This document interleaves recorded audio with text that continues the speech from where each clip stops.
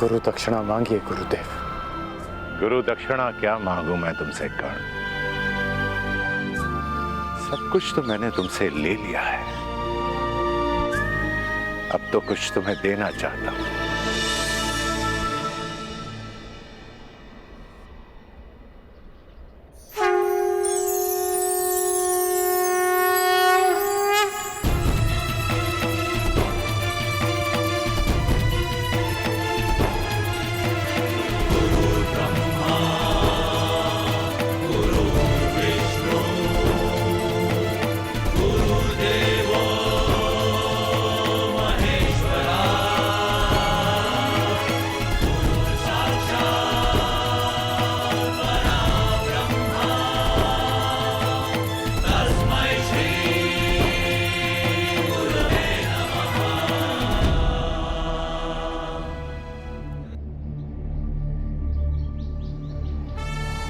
ये मेरा दिव्य धनुष है विजय। जब तक ये धनुष तुम्हारे हाथों में रहेगा, संसार का कोई भी योद्धा तुम्हें पराजित नहीं कर पाएगा कर्ण। जाओ पुत्र, जाओ, इस अभिशापित जीवन को स्वीकार करो। जन्म की पीड़ा और शाप का ताप सहकर भी तुम संसार के आकाश में सूर्य के भांति चमको।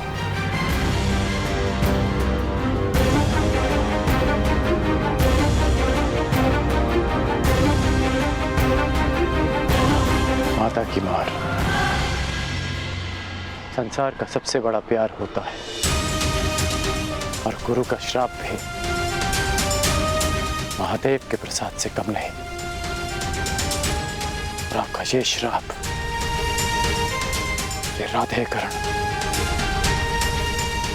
अमृत समझकर स्वीकार करेगा। इतिहासकरण का नाम स्वयं में कैसे समाहित करेगा मैं नहीं जानता, लेकिन एक बात का वचन देता हूं कि आपको आपके इस शिष्य पर सदैव गर्व होगा।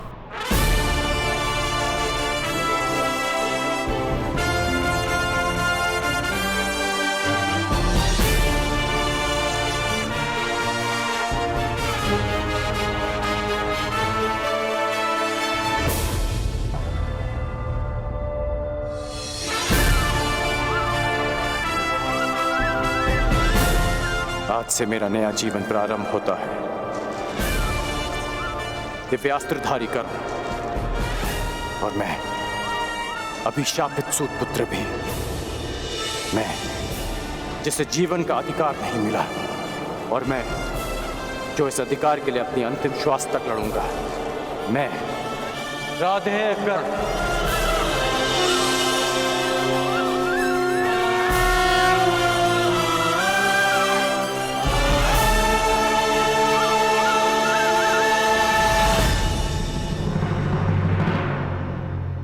परशुराम शिष्य, हस्तिनापुर के राजगुरु, महायोद्धा, प्रतापी आचार्य द्रोण पधार रहे हैं।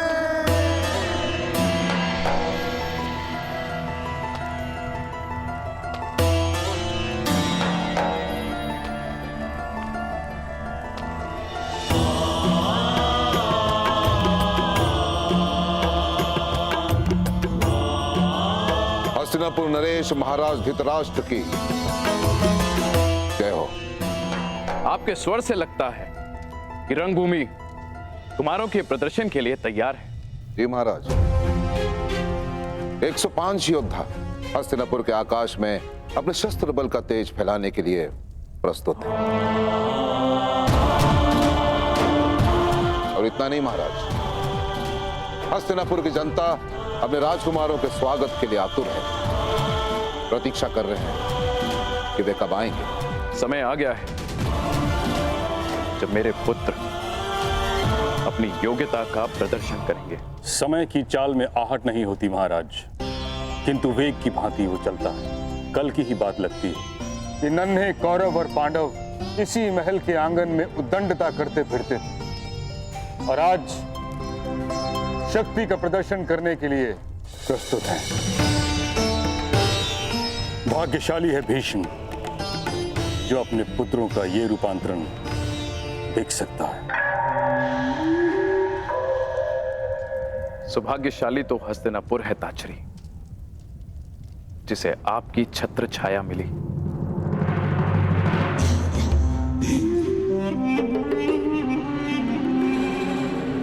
निसंदेह महाराज, निसंदेह, सत्य वचन।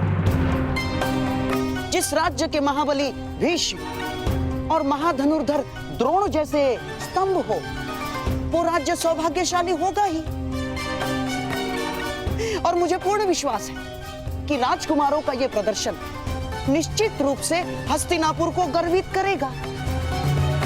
आनंद दुगना हो सकता है महाराज, यदि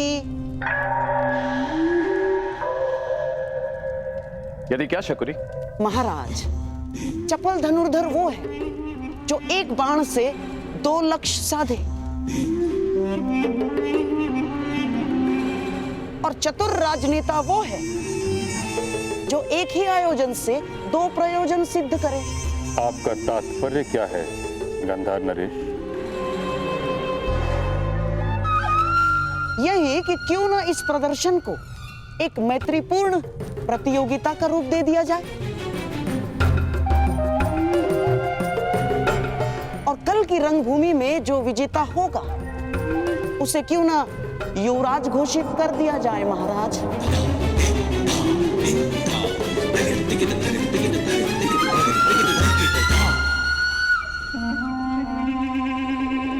प्रतिस्पर्धा प्रतिद्वंदियों के बीच होती है गंधार नरेश, भाइयों के बीच नहीं। इस प्रदर्शन का लक्ष्य है राजकुमारों की क्षमता को परखना, युवराज का चयन नहीं। मैं तो केवल एक सुझाव दे रहा था महामहिम, और यदि मैं भूल नहीं रहा, यदि मुझे विस्मरण नहीं हुआ है, तो स्वयं आपने ही महाराज को वचन दिया था। जिस दिन दोनों राजकुमारों ने सामर्थ्य और ज्ञान प्राप्त कर लिया, उस दिन होगी प्रतिस्पर्धा, और उनकी क्षमता के आधार पर हस्तिनापुर अपना नया राजा नियुक्त करेगा। अब जब महागुरु द्रोण ने घोषणा कर ही दी है कि 105 राजकुमारों का प्रशिक्षण पूर्ण हो गया है, तो क्यों हस्तिनापुर को युवराज सुख से वंचित रखा जाए?